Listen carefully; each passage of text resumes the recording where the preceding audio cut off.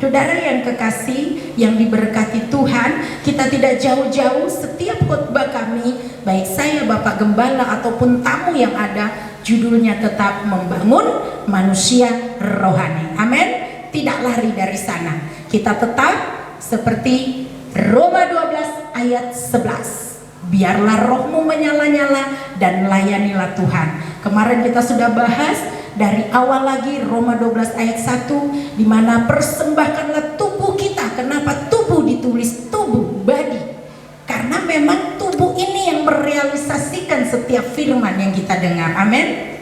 Ya, dan tubuh ini juga yang diperebutkan iblis. Iblis tujuannya bukan tubuh, tapi saya salah bicara, yang dipakai iblis ya untuk membelokkan kita, untuk menyesatkan kita, ya. Karena memang menurut perbuatan kita lah kita dihakimi, ya saudara ya. Jadi makanya persembahkan tubuh kita sebagai persembahan yang hidup oleh kuasa Allah Roh Kudus, yang kudus dan yang berkenan kepada Allah. Di dalam ayat 2 Roma 12 ayat 2 di sana dikatakan supaya kita hidup oleh pembaharuan akal budi kita, sehat secara sadar. Kita jangan menjadi serupa dengan dunia ini. Amin. Banyak yang berkata, saudara, jangan mengait-ngaitkan keadaan sekarang dengan akhir zaman.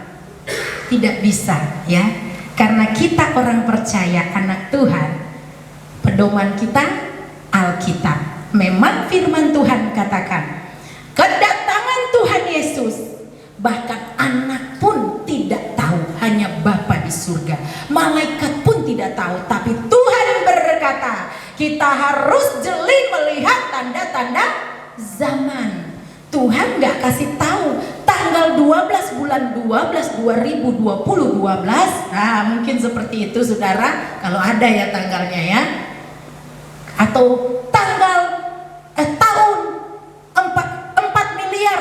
Nah, sebentar kita akan lihat ada 4 miliar soalnya. 4,5 miliar lagi saya akan datang. Enggak, Tuhan enggak pernah bilang.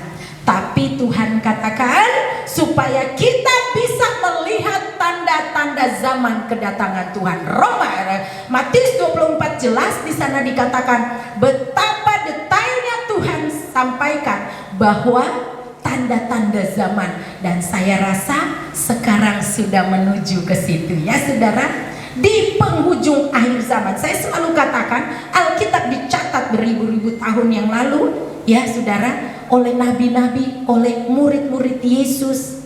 Saudara yang kekasih, puluhan tahun yang lalu, ratusan tahun yang lalu, Alkitab sudah ada ketika mereka bersaksi, diilhamkan oleh kuasa Roh Kudus. Saat itu Alkitab tidak pernah berubah, hanya mungkin memang terjemahan atau ada terjemahan lama, terjemahan baru, tapi tetap intinya sama. Sudah dikatakan sekarang kita berada di penghujung akhir zaman. Di akhir zaman sudah ada dari dulu. Jadi kalau zaman berapa puluh tahun lalu, ratusan tahun lalu sudah dikatakan akhir zaman. Saya masih kecil sudah dengar Tuhan Yesus sudah mau datang, iya kan? Tapi kok nggak datang-datang, udah punya anak 2 nggak datang-datang. Saudara yang kekasih, tapi apapun itu kedatangan Tuhan pasti, ya saudara. Kata Alkitab Tuhan akan datang kedua kalinya dan itu pasti. Ayatnya di mana saudara? Matius 24 ayat 30. Matius 24 ayat 30. Matius berbicara tentang khotbah Yesus tentang akhir zaman. Saya sudah pernah bahas sekalipun tidak terlalu detail. Matius 24 ayatnya yang ke-30. Di sana dikatakan saudara, mana dia 30? Matius 24 ayat 30. Pada waktu itu akan tampak tanda anak manusia di langit, dan semua bangsa di bumi akan meratap, dan mereka akan melihat anak manusia itu datang di atas awan-awan di langit dengan segala kekuasaan dan kemuliaannya. Amin. Dan pasti ketika Yesus terangkat naik ke surga, saudara, demikian kata firman Tuhan, sebagaimana engkau lihat disaksikan disaksikan oleh 500 lebih murid-muridnya waktu itu ketika Tuhan Yesus terangkat ke surga. Sebagaimana engkau lihat Yesus terangkat ke surga, beginilah juga Yesus akan datang menjemput kita. Luar biasa, saudara. Pernahkah firman Tuhan berdusta? Tidak. Dan semua digenapi. Amin, saudara. Saudara sepakat dulu dengan saya. Saudara sepakat kalau bumi ini pasti berlalu? Sepakat? Saudara sepakat sama saya kalau dunia ini akan hilang? Dulu di dalam Wahyu saya sudah pernah bahas bahwa langit dan bumi akan lenyap, bahkan gak ada tanda-tandanya lagi. Saudara sepakat sama saya? Saya mau supaya saudara angkat tangan yang sepakat langit dan bumi akan berlalu. Sepakat ya? Berarti kalau sepakat langit dan bumi akan berlalu, terus ada gak yang punya cita-cita? Saya selalu berbicara seperti ini supaya menyadarkan kita untuk tujuan akhir hidup kita. Amin. Supaya kita nggak berleha-leha dan merasa nanti kok Tuhan Yesus datang 1000 tahun lagi. Kalau kita tahu langit dan bumi akan berlalu, saudara, entah kapan kita nggak ngerti. Mungkin lusa atau di lain hari, kita nggak ngerti kan. Tapi kata firman Tuhan, berjaga-jagalah. Amin. Saudara, yang nggak berlalu apa? Wah, mantap Pak Ketua, lantang luar biasa. Harus seperti itu. Matius 24 ayat 35. Matius 24 ayat 35 jelas sekali dikatakan. Saudara sudah hafal? Harus hafal. Langit dan bumi akan berlalu, tetapi perkataanku tidak berlalu. Perkataan siapa? Yesus, yaitu firman Tuhan. Haleluya, puji Tuhan. Saudara yang kekasih, untungnya ya, untuk kita anak-anak Tuhan, saudara nggak usah khawatir. Terserah bumi mau pergi kemana, mau bagaimana, kita nggak usah khawatir. Kenapa? Ada jaminan untuk anak-anak Tuhan. Ya, saudara buka di dalam Yohanes 14 ayat 3. Yohanes 14 ayat 3, sudah dapat? Yohanes 14 ayat 3. Di sana dikatakan, dan apabila aku Yesus telah pergi ke situ dan telah menyediakan tempat bagimu, aku akan datang kembali dan membawa kamu. Ganti nama masing-masing. Ayo coba. Ya, ulang ya. Dan apabila Yesus telah pergi ke situ dan telah menyediakan tempat bagiku, aku ganti. Yesus dulu. Yesus akan datang kembali dan membawa Jesse ke tempat Yesus berada, supaya di tempat di mana Yesus berada, Jesse pun berada. Haleluya. Kita itu anak Tuhan. Tadi pagi saya bilang begini, kita itu orang Kristen. Ya, benar tidak? Tapi adakah yang ngerti Kristen itu apa? Lalu di KTP saya memang Kristen, bugem. Kristen itu ya itu saya ini Kristen ya. Memang benar, saudara, tapi jangan salah.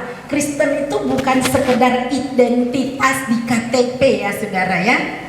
Kristen itu ya memang semua yang percaya kepada Yesus harus menyebut dirinya Kristen. Ya, modern kesini aja baru dijadikan sebagai agama, ya. Tapi Kristen adalah identitas rohani anak Tuhan. Amin. Kristen artinya pengikut Yesus. Haleluya. Kristen artinya murid Yesus. Ya, jadi kalau saudara mengaku diri Kristen, berarti saya pengikut Yesus. Teladan saya adalah Yesus. Amin. Harus bangga kalau di KTP saudara ada agama Kristen. Tapi bukan agamanya yang saya maksud, tapi label Kristennya itu loh, saudara. Semoga gak cuma sampai di KTP, Yesus guru kita. Karena firman Tuhan bilang, kemana aku berada, harusnya di situ kita berada, ya saudara. Kristen. Jadi saudara bangga, pulang-pulang lihat lagi ya. Wah, semoga nggak cuma di KTP dunia saya Kristen, tercatat di surga. Haleluya. Saya murid Yesus, jangan sampai masuk surga tetap bawa KTP. Saya Kristen. Malaikat bilang, sorry lah Yau, kamu cuman Kristen KTP, tapi nggak benar-benar Kristen. Wah, gawat. Kristen sebenarnya menurut Alkitab artinya pengikut Kristus, harga mati. Kristen lahir dari persekutuan anak-anak Tuhan yang benar-benar menyangkal diri, yang benar-benar berkomitmen, benar-benar menjadi murid Yesus dan bertahan sampai akhir. Itulah Kristen yang sesungguhnya. Namun kesininya menjadi modern, akhirnya dibentuk menjadi, sekarang Kristen menjadi sebuah identitas dan agama, ya. Nah, karena itulah, karena jadi identitas di KTP, maka ada sebutan Kristen KTP. Kristennya cuma di KTP, ya. Kristen cuma di KTP, tapi perbuatannya no, kata Aurel, nggak mencerminkan kekristenan, ya saudara. Tapi KTP-nya itu sebenarnya ada artinya, memang ada kepanjangannya. Kristen KTP, Kristen K-nya, T-nya tanpa, P-nya pertobatan, ya. Kristen cuma mau merit jadi Kristen, misalnya seperti itu. Akhirnya cuma di KTP, ya.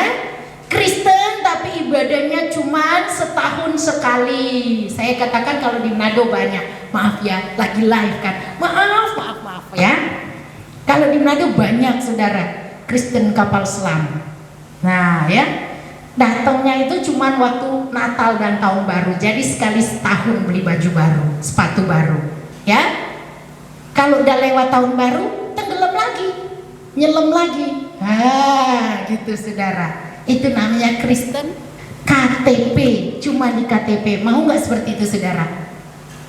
Firman Tuhan jelas katakan, Tuhan itu sudah sediakan tempat terbaik buat kita. Identitas kita tetap dipertahankan, amin. Kita orang Kristen, anak-anak Tuhan. Jangan malu dengan sebutan itu, jangan takut dengan sebutan itu, karena yang masuk surga mereka, amin. Kayaknya pada bingung semua, apa iya? Saudara, ada nggak yang masuk surga selain itu? Wah, Bugem nih, gawat nih Bugem. Saya mau tanya saudara, kayaknya saya bikin saudara bingung deh. Selain orang Kristen, ada nggak yang masuk ke sana, ke surga? Saudara nggak baca Alkitab kayaknya saudara. Saudara rajin baca kitab. Hah? Kalau menurut Alkitab hanya satu jalan yang menuju ke surga, melalui baptis. Amin. Luar biasa. Hanya kitab kita yang bisa dengan lantang berkata, akulah jalan kebenaran dan hidup. Tidak ada satupun sampai ke Bapa tanpa melalui aku. Amin. Dan yang lain berkata, di bawah kolong langit ini tidak ada keselamatan selain di dalam nama Yesus. Jadi bangga kalau saudara, sekalipun saya susah, pikul salib dalam dunia. Karena apa saudara? Jadi orang Kristen gak gampang, ya, kemana-mana bawa salib. Kenapa harus dikasih salib? Biar gak neko-neko, ya. Mau masuk klub, naik klub gak bisa masuk pintu, lagi bawa salib, ada Yesus. Jadi gak muat di pintu naik klub, ya. Mau masuk di rumah perjudian, malu, lagi bawa salib. Orang Kristen kok main judi, gimana sih?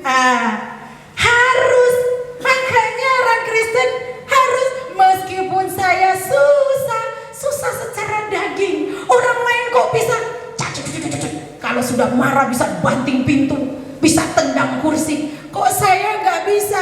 Saya lagi bawa salib, makanya nggak bisa.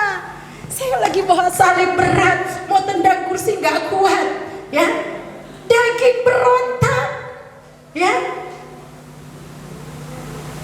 Tampar pipi kiri, pak. Apa boleh buat? Ayo pipi kanan lagi. Kenapa? Saya pegang salib. Kalau saya lepas jatuh salibnya, silahkan tampar.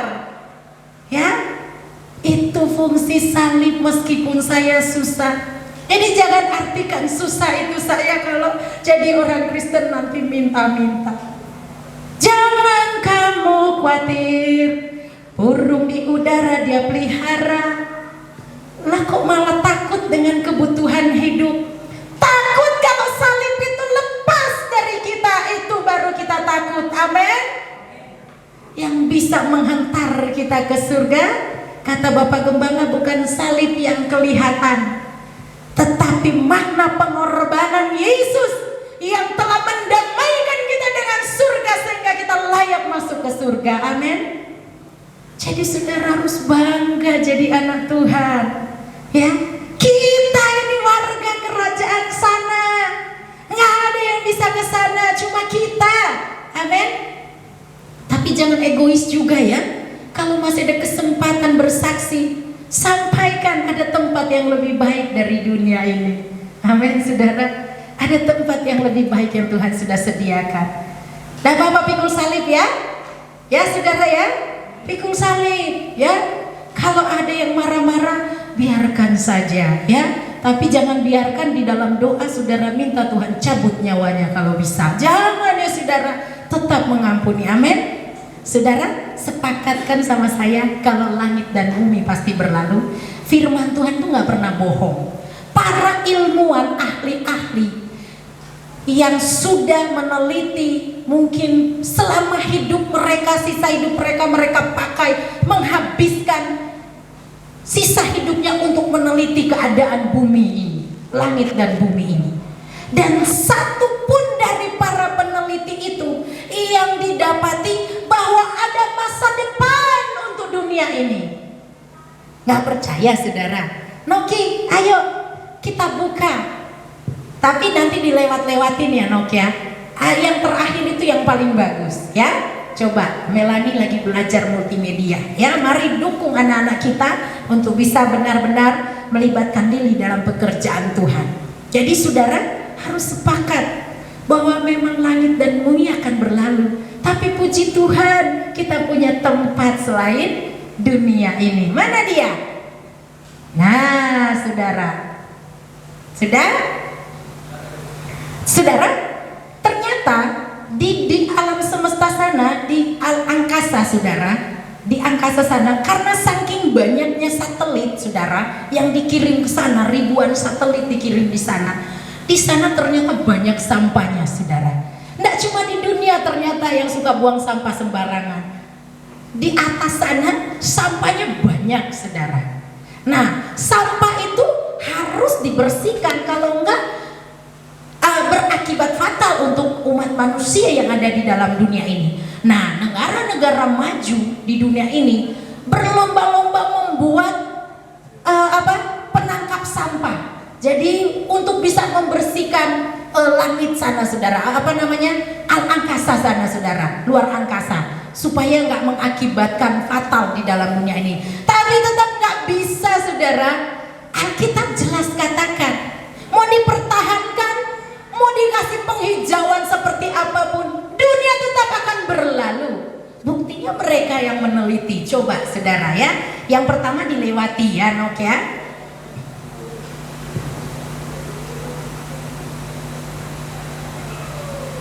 Udah, klik tengah aja. Nah ya, lewatin Ki.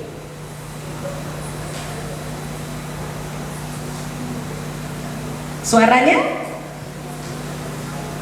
Mual matahari dan lapisan dalamnya tak lagi seirama.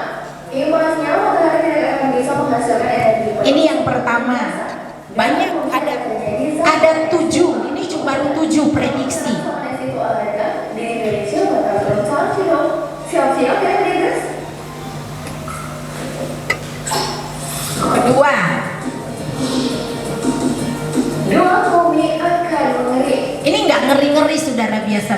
aja.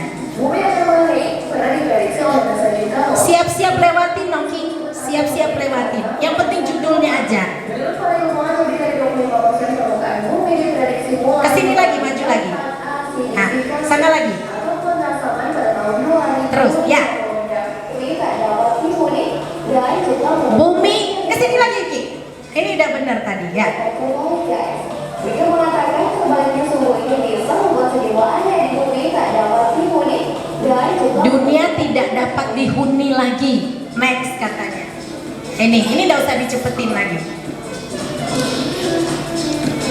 hujan asteroid. Ini benturan-benturan di langit yang berakibat fatal di dunia. Tapi secara umum ukuran asteroid itu lebih kecil dibandingkan planet, termasuk bumi yang kita huni saat ini. Meskipun benturan lebih kecil, kalau asteroid ini menghantam bumi, kira-kira akan terjadi ya guys. Dua kelompok asteroid yang paling serius bernama Cherry dan Anti-30 memprediksi kalau bumi kita akan menjadi asteroid pada tahun 2880. 2820. Seperti mereka memprediksi hujan asteroid yang mengerikan akan menghantam bumi. Mengerikan. 880. Jadi mengatakan salah satu asteroid yang akan jatuh adalah 950 DA. Untuk dampak dari jatuhnya atmosfer ini, J belum bisa memastikan apakah hanya akan melukai atmosfer bumi atau menghantam bumi dalam kekuatan penuh yang bisa menghabiskan manusia. Menghabiskan manusia. Jatuh ke bumi, maka dipastikan sebagian wilayah bumi akan hancur.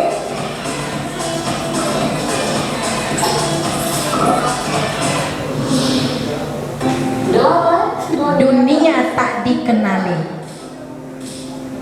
Selain bencana-bencana besar, para ilmuwan bahkan memprediksi dalam 100 tahun ke depan, bumi tak bisa lagi dikenali. Wah, ada apa ya guys? Prediksi para ilmuwan ini dikuatkan dengan 500 catatan iklim kuno yang pernah terjadi sebelumnya. Dari fakta tersebut, mereka menyimpulkan kalau perubahan iklim apa yang dilalui bumi ketika zaman es terakhir. Tak hanya perubahan iklim, karena rekaman yang ditunjukkan diprediksi akan berubah loh dan kembali seperti zaman dahulu. Seperti diketahui pada akhir zaman es terakhir, planet kita saat ini memanas antara 4 hingga 7 derajat Celcius lebih tinggi. Karena pemanasan itu, lapisan es yang menutupi sebagian besar Amerika Utara, Asia dan Eropa Utara mencair. Selama sebelum beberapa kemudian, ekosistem yang baru pun muncul, termasuk flora dan fauna yang belum pernah ada sebelumnya.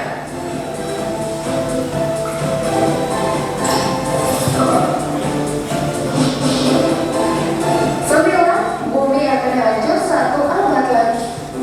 Bumi akan hancur. Ya. Stop. No. Siap-siap yang Mars. Saudara, kalau saudara lihat tadi bumi tidak bisa dikenali lagi. Kemarin dulu saya beberapa waktu yang lalu kita sudah sempat baca di dalam Wahyu 20 ayatnya yang ke-11, firman Tuhan katakan, lalu aku melihat suatu takhta putih yang besar dan Dia Yesus yang duduk di atasnya. Dari hadapannya lenyaplah bumi dan langit dan tidak ditemukan lagi tempatnya. Saudara, benar-benar sepakat ya, langit dan bumi akan berlalu. Meskipun dibilang nanti ada yang ribuan tahun lagi, 100 tahun lagi, namun saya rasa ilmuwan hanya menghibur diri mungkin ya. Karena keadaan sekarang jauh lebih, dunia tidak menjadi lebih baik. Saya tadi pagi nanya, siapa yang sering mengalami banjirop, yang pernah mengalami banjirop di Pekalongan? Pernah? Pak Tim pernah? Pak Ketua? Saya Oh, anak Pak Tim. Itu tahun berapa? tiap tahun Pak. Tiap tahun. Ya saudara yang kekasih, saya mau tanya, banjirop tahun ini dengan 2 tahun yang lalu di Pekalongan, ya, mana lebih, kira-kira lebih baik atau lebih menurun atau lebih parah? Lebih parah ya ceritanya ya, bener ya saudara ya, sampai kita harus kirim bantuan ya ke sana. Kalau mungkin kemarin-kemarin lalu-lalu tidak seperti itu. Karena memang dunia, kata firman Tuhan, seperti kain usang. Tahu kain usang, saudara? Yang sering dicuci, dipakai, dicuci, dijemur, kena matahari, kena hujan. Kain lapuk. Jadi kalau disobek sedikit, saudara tambal. Nanti ketika saudara tambal, sobek. Kalau saudara jalan sedikit, nanti sobek lagi. Dunia seperti itu. Gempa di sana jadi bagus, di sana terjadi lagi longsor, di mana-mana, ya. Jadi saudara yang kasih, saudara sepakat berarti kita ya. Siapa yang mau bangun kerajaan di dunia? Ada yang punya cita-cita mau tinggal selamanya di bumi ini, di bawah kolong langit ini? Ada yang sedang menyusun kekuatan kira-kira? Masih belum percaya kalau dia akan pergi, bumi akan lenyap. No, tampilkan video yang selanjutnya. Saya harus kasih videonya, saudara. Saya supaya berbicara berdasarkan fakta. Ini berita satu, ya.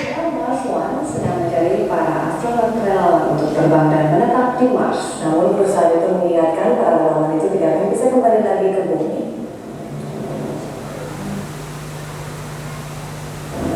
Mulai hari Senin 22 April, perusahaan Belanda Mars One mulai mencari para relawan untuk terbang dan menetap di planet merah Mars. Pada konferensi pers di New York City, CEO Mars One, Buzz Lightyear, mengumumkan pihaknya telah membuka hubungan telepon untuk siapa saja yang ingin melamar untuk penerbangan ke Mars dengan catatan mereka tidak akan pernah kembali lagi ke bumi. Ini adalah misi sekali jalan, karena saat ini tidak ada teknologi yang memungkinkan penerbangan kembali dari Mars ke bumi. Tidak ada teknologi. Stop. Saudara, orang Indonesia satu sudah mendaftar. Jadi planet Mars sudah ada penghuninya, ya. Sekitar 1000-an lebih mungkin ya, saudara-saudara dari sana. Yang bikin ini orang-orang pinter, saudara, ya. Orang-orang yang bukan cuma S1, S2, S-teler. Makanya saking telernya bingung, saudara. Mau siapkan dunia baru, penghuni baru, maksud tempat baru untuk manusia tinggal. Lah kalau ilmuwan dunia aja gak yakin kalau bisa bertahan di dalam dunia ini, berarti mereka percaya bahwa bumi ini pasti berlalu. Amin. Makanya dikasih Mars. Tapi dia juga Alkitabiah. Kalau sudah tinggalkan bumi gak bisa balik. Itu Alkitabiah, saudara. Orang kalau sudah meninggalkan dunia berarti innalillahi, ya. Ya memang benar dong, saudara. Lalu kita memang Tuhan taruh di dunia, cari tempat yang lain gimana sih? Orang kalau sudah meninggalkan dunia, innalillahi, makanya jangan berharap pulang. Tidak ada teknologi yang bisa membawa mereka pulang. Karena Alkitab katakan memang cuma bumi tempat manusia. Tapi ini membuka mata pikiran kita bahwa memang bukan tempat yang aman untuk kita ada di dunia ini. Tapi herannya kok cinta kepada dunia ini, begitu banyak anak Tuhan rela melepas kerajaan Allah untuk memilih mengasihi dunia ini. Banyak nggak, saudara? Banyak yang seperti itu. Saudara, Alkitab katakan jelas, Alkitab katakan di dalam Matius 24, yang kita takutkan akhir-akhir ini, yang perlu kita takutkan, saudara, sebenarnya bukan daging itu. Ya, kalau pikul salib memang harus. Yang Tuhan khawatirkan, yang Tuhan sangat sedih, dan yang perlu kita khawatirkan hari-hari ini adalah kemurtatan. Amin, saudara. Itu yang perlu ditakutkan. Kalau soal hidup, kebutuhan hidup, saudara harus percaya Tuhan pelihara kita. Amin. Tuhan punya cara untuk menolong kita. Yang penting tetap setia. Amin. Saudara ingat lagu lama? Lagu lama yang katakan peganglah tanganku Roh Kudus, setiap waktu ku tak dapat jalan sendiri tanpa Roh-Mu. Nah, ada lagi satu lagu. Asalkan ikut Yesus, saya pasti dapat jalan keluar. Itu ada lagunya. Saya lupa lagu lama itu. Nah, saudara yang kekasih, saya cuma mau kasih tahu. Cepat atau lambat, mereka katakan, jangan disangkut pautkan corona dengan antikristus lah, dengan akhir zaman. Enggak bisa, saudara. Pedoman kita Alkitab. Saudara, siapa yang satu tujuan sama saya mau ke surga? Angkat tangan. Saudara, siapa yang mau ke surga bareng saya? Saudara tahu nggak peta ke surga itu apa? Hah? Kok Junaidi tahu peta ke surga apa, di mana? Peta ke surga. Ha, bener Pak Win. Inilah GPS ke surga. Haleluya. Jadi kalau saudara nggak pakai ini, nggak bisa tembus ke surga. Haleluya. Ini pedomannya ini, saudara. Jadi rajin-rajin baca ini, karena Alkitab katakan di akhir zaman akan bangkit banyak-banyak penyesat. Penyesat itu tidak jauh-jauh, bukan orang lain, orang di sekitar kita yang terlalu banyak pengetahuan firman-Nya. Ya, ya. Jadi saudara seperti ini. Ketika ada teman, sahabat yang mengatasnamakan Kristen, anak Tuhan, katanya ada jalan yang paling dekat ke surga loh Jesse. Ibu Marta ada jalan cepat ke surga. Lewat sini. Jangan ikut. Kalau beda dengan ini jangan, amin. Tetap bilang, sorry lah ya, biar ini jauh, saya mau ikut ini. Ya, amin. Karena kalau saudara sudah beda dari ini, jangan harap ketemu, jangan harap bisa sampai di surga. Supaya bisa sampai di surga, kan firman Tuhan sudah bilang, langit dan bumi akan berlalu, tapi yang gak berlalu apa? Firman Tuhan. Makanya hidupku menggenapi firman-Mu. Setiap perbuatan kita mencerminkan firman Tuhan atau merealisasikan firman Tuhan. Amin. Haleluya. Saudara, sekalipun masih dalam tubuh jasmani, saudara harus belajar untuk hidup manusia rohani. Amin. Bukan sok rohani, ya. Kalau sok rohani nanti katanya bisa menghakimi yang lain, merasa lebih dekat dengan Tuhan. Tapi manusia rohani seperti ini. Segala sesuatu yang kita lakukan, semua kita berhubungan dengan perkara rohani. Belajar dari hal-hal kecil, saudara ya. Saudara beli sepeda, panggil hamba Tuhan. Saya juga capek sebenarnya kalau saudara panggil. Beli sepeda, saudara panggil saya.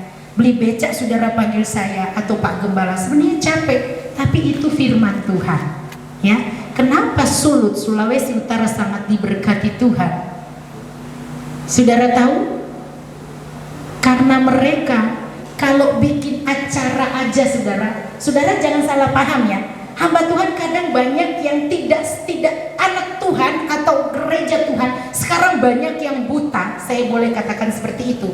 Karena hamba Tuhannya takut berkhotbah sesuai firman Tuhan, karena takut disalah sangka oleh jemaatnya. Saudara, saya mau sampaikan kepada saudara, kalau Alkitab, kalau hamba Tuhan yang benar-benar hamba Tuhan, dia akan ajarkan murid-murid Tuhan apa yang firman Tuhan disampaikan. Amin. Baik buruknya harus disampaikan. Jadi lakukan seperti yang Tuhan Yesus mau, yang Alkitab katakan. Di Manado sana, saudara, kalau bikin acara, saudara, acara ini contoh sederhana, sangat sederhana. Mereka mau ibadah misalnya, hari Jumat ada, hari Kamis ada ibadah kompria misalnya, ulang tahun, misalnya papa saya ulang tahun. Saudara, mama saya pasti sudah bikin kue. Nah, bikin sendiri, kalau di sana bikin sendiri kuenya, masakannya. Itu hasil pertama dari bakaran kue itu atau kukusan kue itu. Jangan ada yang berani sentuh. Mau dia orang suka main judi, mau dia orang masih merokok, gerejanya cuma setahun sekali, tapi yang namanya aturan Alkitab diterapkan benar-benar di sana. Nggak ada yang berani sentuh. Bawa ke pasar. pastori, suruh hamba Tuhan berdoa, ini milik Tuhan. Hal sederhana, tapi mereka diajar melibatkan Tuhan dalam segala perkara. Itu yang dimaksud, bukan soal kuenya. Kadang yang dibawa, saudara tahu di sini kue apa ya? Cuma dari tepung, kita sering bikin, Om Filipus bikin. Cuma dari tepung sama gula merah. Sederhana sekali kan kuenya, saudara. Tepung sama gula merah diaduk. Itu kalau kita lagi nggak punya duit, lagi ulang tahun, tapi kita nggak punya apa-apa, terpaksa cuma bikin itu. Istri-istri biasanya yang yang inisiatif. Pagi-pagi sudah bikin itu. Suami saya ulang tahun, kue sangat sederhana, bawa ke rumah Tuhan, pastori. Apa ini? Ucapan syukur suami saya ulang tahun. Bukan jenisnya, bukan yang kelihatannya, tapi bentuk rohani, manusia rohani yang mereka bangun, realisasinya di jasmani ini.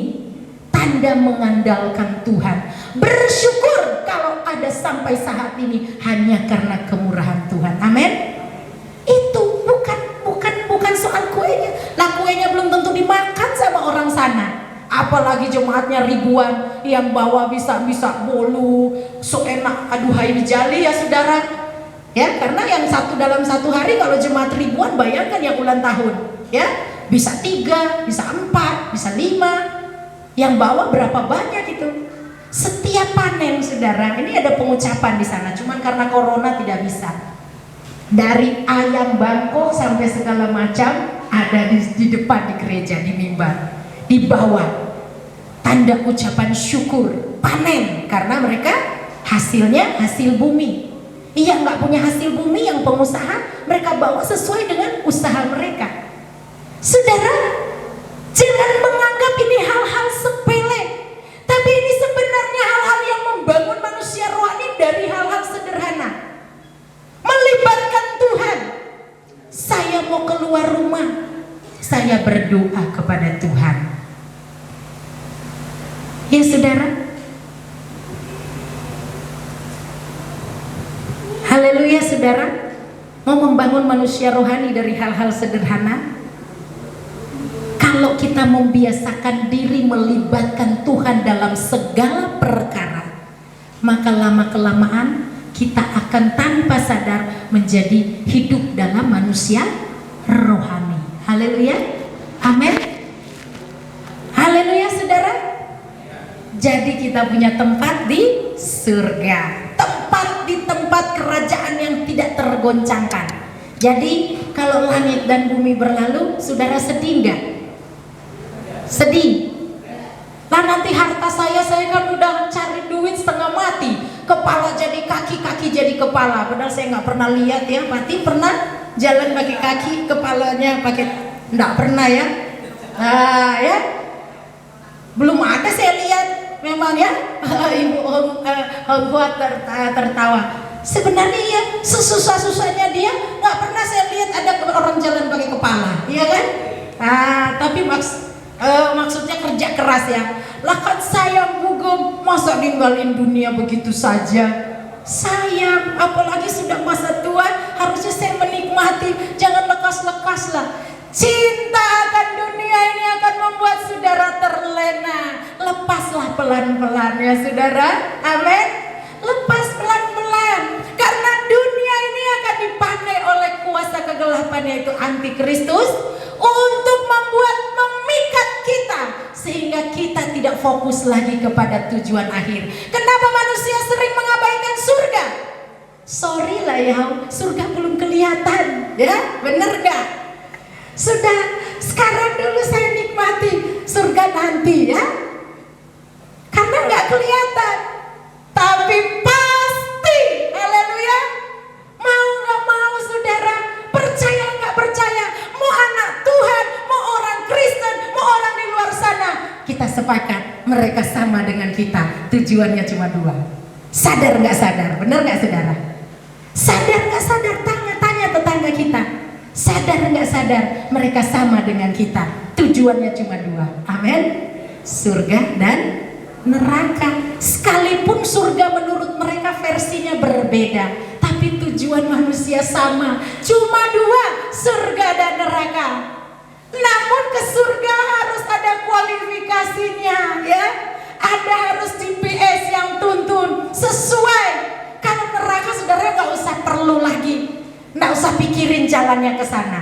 Kenapa saya katakan seperti itu? Neraka itu tempat sukarela saudara, ya. Yang ditolak semua di surga pasti diterima di sana, ya. Jadi nggak perlu susah-susah, saudara daftar dulu kayak ke planet Mars. Dia pintunya selalu terbuka. Kita nggak mau ke sana aja, kita digoda suruh ke sana, ya. Apalagi dengan sukarela kita ke sana. Dia selamat datang, ya, saudara. Haleluya. Tempat kita di surga kekal yang mulia. Tuhan sudah sediakan tempat terindah. Mau jangan susah-susah, ya. Kata khotbah Pak Gembala hari Minggu yang lalu di Minggu pagi itu bagus banget saudara. Cinta akan uang, bukan uangnya. Padahal manusia itu sebenarnya saudara, saya mau katakan kepada saudara, akhir zaman kembali ke Matius 24. Saudara itu nggak usah takut. Masa antikris saudara, ya memang sih kita yang jadi sasaran saudara kalau saudara bertahan. Kenapa? Yang penting ada tanda, saudara nggak kekurangan, ya. Mau tanda 66 itu bangsa Romawi dan juga umat Yahudi, orang Israel zaman dulu. Saudara tahu antikris tandanya 66. 6 berbicara angka manusia dan 3, 6, 6, 6, 3 kan. Itu angka ke Allah, menunjukkan pribadi Allah gitulah saudara. Jadi manusia mau jadi seperti Allah, makanya 66 itu antikris. Nah, saudara, kalau di sana di Israel umat Yahudi, mereka kalau Roma, makanya banyak kita lihat lambang-lambangnya orang Romawi, karena pakainya lambang-lambang, ya, saudara. Nah, saudara yang kekasih, saudara itu sebenarnya cukup bertahan, kita pasti tidak akan masuk pada kesusahan yang dikatakan itu. Saudara punya iman seperti itu? Ketika antikris berkuasa, sekarang mereka sudah bekerja saudara, tinggal tunggu dia naik berdiri, ya. Jadi jangan bilang tidak boleh disangkut pautkan. Saudara, benar kata Bapak Gembala, kita dikasih dicek suhu itu edukasi. Saudara ada yang ngerti edukasi? Kita secara nggak langsung sedang diajari pelan-pelan dari nggak normal jadi normal. Next, kita ya memang seperti itu, naik kereta tinggal tempel jidat, nah, bayar ini bayar itu tinggal tempel handphone, cetek. Saudara nggak rasa nggak nyaman karena memang sekarang udah diajarin, iya kan? Kata si Oka sama si Om Filipus, malah ada jemaat yang datang belum ditanya sudah kasih kepalanya, ya saudara. Udah jadi biasa itu edukasi pelan tapi pasti. Antikris sedang bekerja, saudara nggak bisa bilang enggak. Kata firman Tuhan, saudara baca supaya oh iya benar. Maaf kalau saya tidak salah, saya soalnya juga tidak terlalu hafal. Mana ya tentang antikris?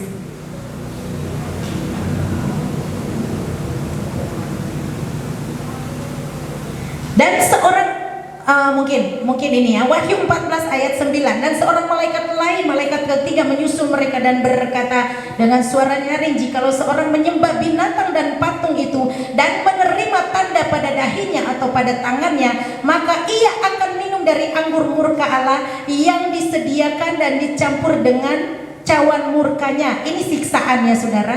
Saya di sini mau lihat di mana seorang malaikat lain, di mana ya saudara ya, yang dikatakan tidak bisa berjual beli, yang nggak bisa jual beli kecuali mereka yang menggunakan tanda itu. Jadi saudara tenang saja, karena pada masa antikris uang saudara nggak berguna lagi. Apa artinya hidup ini tanpa Yesus kau miliki? Kebait keduanya itu benar saudara. Bila saatnya telah tiba kita dipanggil olehnya, maka semua yang kita miliki tak akan berarti lagi. Bukan kalau sudah karena di surga kita nggak berarti uangnya. Memang kalau sudah disingkirkan di sana nggak ada arti lagi, Tuhan pelihara. Tapi sayangnya kalau ketinggalan itu loh saudara, punya rumah 5 miliar, 20 miliar, saudara jual kalau saudara masih memiliki, bilang saya mengikuti Yesus, duit saudara nggak ada arti. Itu yang dimaksud ya. Kalau antikris sudah berkuasa, saudara cuma dengan pakai tanda 66 saudara bisa jual beli. Hidup jasmaninya enak ya, nggak usah khawatir. Tapi kasihan yang ketinggalan tapi tetap mempertahankan Yesus. Saudara punya emas batangan 1 kotak 1 kamar pun, kalau saudara nggak terima tanda itu, duit saudara nggak ada artinya. Antikris nggak minta itu, dia punya banyak, dia cuma minta jiwamu, kasih ke dia ya. Jadi tidak usah khawatir, mulai dari sekarang saudara mulai melepaskan diri. Caranya bagaimana? Dari hal-hal sederhana. Kalau bisa beli sepatu 500.000, sekarang saudara mulai berpikir 2 kali. 100.000 saya bisa kasih buat anak yatim piatu, buat tetangga, 100.000 buat pekerjaan Tuhan, 100.000 buat mama papa saya, 50.000-nya saya beli yang diskon. Ya, sepatu diskon. Ya saudara, mau nggak begitu saudara? Enak aja bukan? Saya udah biasa pakai bermerek, terus saya dikasih suruh pakai sepatu yang 100.000 2. Saya kalau ke Matahari, saya nggak malu-malu saudara. Ramayana saya cari yang diskon, harga 500.000. Saya cari nih sepatu yang sedang saya pakai, dari 400.000 diskon jadi 165. Hebat nggak saudara? Kalau ada yang lebih murah saya beli, cuma karena ini memang yang paling murah. Sisanya mau di mana? Bisa nggak saya beli? Bisa. Tapi kalau misalnya yang sisanya masih bisa diberi untuk yang lebih berguna, kenapa enggak? Bukan soal gengsi lagi. Anak Tuhan, pandang Yesus. Apa yang bisa kita lakukan untuk Tuhan dan sesama kita? Itu saja. Bangun manusia rohani dari menyangkal diri dari yang kecil-kecil itu. Amin. Haleluya. Bergaya boleh? Boleh kalau memang mampu. Ya. Tapi kalau bisa sisihkan kepada yang lebih membutuhkan, kenapa enggak? Iya kan? Untuk pekerjaan Tuhan, kenapa enggak? Itu namanya sedang mengumpulkan harta di surga. Jadi ketika langit dan bumi lenyap, kita ada tempat di sana. Jangan nanti bingung, langit bumi lenyap, saya nggak punya tempat. Terpaksa ada yang suka rela menerima. Aduh, jangan tolak dalam nama Yesus. Amin. Haleluya saudara. Mau tetap setia? Tetap on fire? Wah, tujuan Ibu Gembala ini apa sih sebenarnya khotbahnya? Lepas dunia pelan-pelan ya. Amin. Lepas dunia, karena dia yang akan menghalangi kita untuk sampai tujuan. Haleluya. Dari hal-hal sederhana.